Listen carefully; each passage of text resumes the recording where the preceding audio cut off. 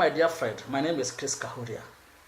I have been doing teachings on personal quality, and I listed 12 quality standards that we should all aim towards. And so far I have covered 4 of them, which are 1, the quality of your mind; 2, the quality of your thoughts; 3, the quality of your heart, which is your character; 4, the quality of your heart, which is your skills. And today I'll be doing quality standard number 5, which is the quality of what you have in your hearts. That is your product or your service. What is the quality of what you have in your hearts? People do not reject products because they are too bad. They simply reject what does not meet expected quality standard. The level of the quality you offer will determine the level of acceptance. In the older days of mankind, 2 brothers appeared before God to offer sacrifices, and these were Cain and his brother Abel. You need to note that these 2 sacrifices were not necessarily competing products, so God was not required to accept one and reject the other. What God was simply doing was making a quality judgment of the 2 sacrifices, and he found the sacrifice offered by Cain as falling short of expected quality standards. And after that, God followed Cain and asked him to raise the quality of his product. But Cain would not heed to that advice. Instead, Cain was mad that his product had been rejected. And the next move was to eliminate his marketplace competitor, who was his brother, and he ended up killing Abel. Although all that he needed to do was to go back and consider the quality of what he had offered. For your product or your service or your talent to be acceptable across the board, think excellence before you present it. According to Dr. Miles Murdoch, excellence is the best quality you can presently offer at every level of your life or your business or your career, and in general, your journey of growth. There is always the best quality you can offer, and that should always be your goal. Aim for that best quality you can offer in your present stature and situation, and give no room for excuses when it comes to quality. Your personal best will always be accepted. In fact, whenever God is happy with the quality that you have created, he invokes the equation of favor, which causes men to accept what you offer. The sacrifice of Cain in the Bible was not rejected on any other ground except quality. Unlike Abel, who gave the final selection from the first fruit of his herds, Cain gave a randomly selected offering which had not gone through the requisite quality checks.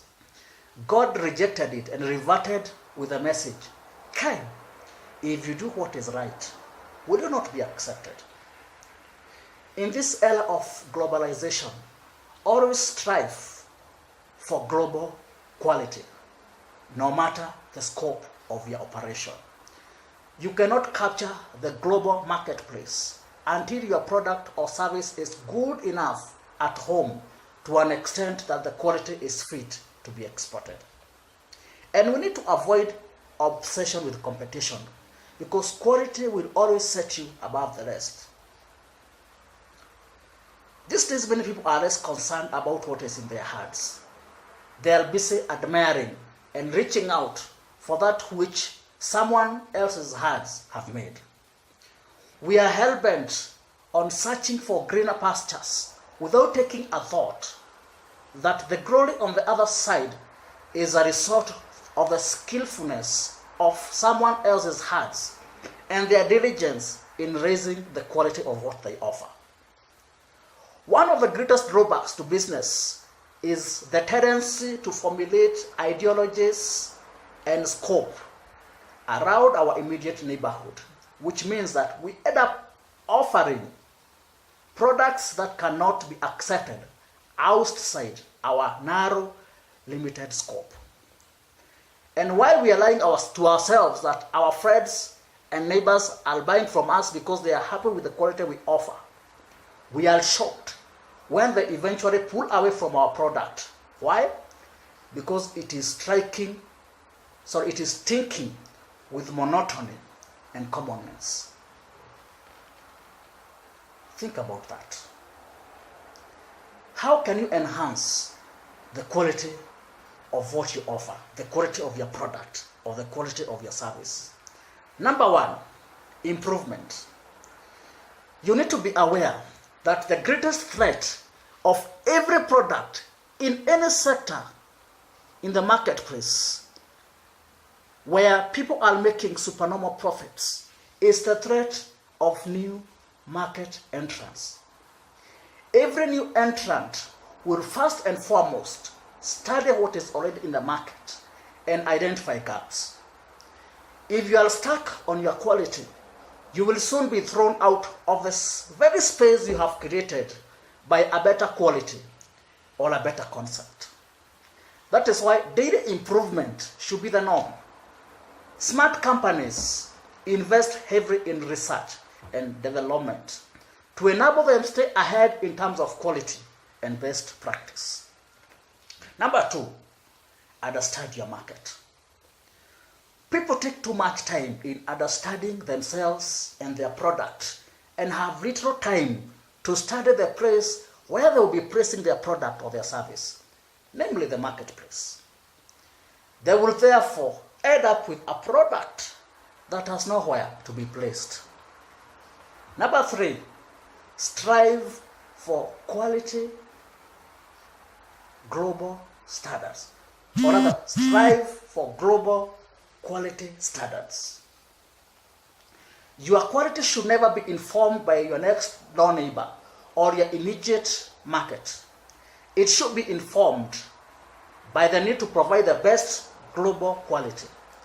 If you have not invested in the best quality there can be, then very soon the best quality will catch up with you and dominate the same space that you have worked so hard to build. Because the best quality will always dominate, no matter the space and no matter who created that space. Number four, widen your scope. If your idea or product is formulated around your home ground, it will soon become extinct. Why? Because it will be frustrated by commonness and monotony. You need to widen the scope so that every day you have someone who is excited at something unique they have never seen before or known. And that will save you from the monotony bondage and also spare you from being sabotaged by familiarity. There is so much more that we can talk about enhancing the quality of your product or service. But I would wish to stop there for now and give you time to reflect on that. Thank you very much for listening to me as I have gone through today's lesson on improving the quality of what you offer. And I hope you are going to join me tomorrow when I will be going through quality standard number 6, which is the quality of your relationship.